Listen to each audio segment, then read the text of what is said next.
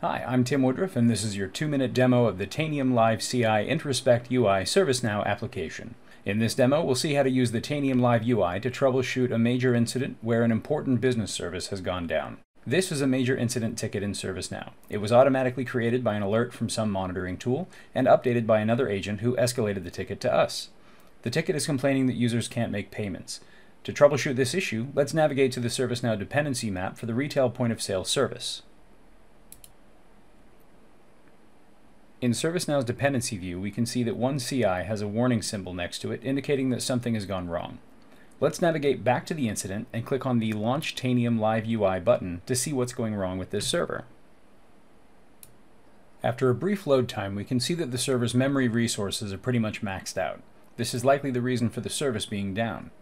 Scrolling down to the Processes tab, we're able to sort by process name, CPU time, or memory utilization. Since the RAM is maxed out, let's sort by the memory column. As you can see, the process prime95.exe is gobbling up all of the available RAM on this server. Let's start by killing that process. Now that the process has been killed, we can recheck the RAM utilization by hitting the refresh button here. Now that we've confirmed the issue has been resolved, let's restart the service. For this demo, we'll just restart the Windows Update service as an example.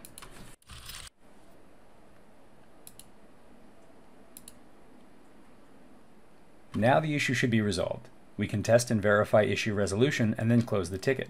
In this way, using the Tanium Live UI, we're able to significantly reduce the time to resolution, and thus the cost, of an outage by making troubleshooting performance issues, service issues, and system or application crashes much more streamlined and friendly for service desk agents and major incident managers in ServiceNow using the power of the Tanium platform.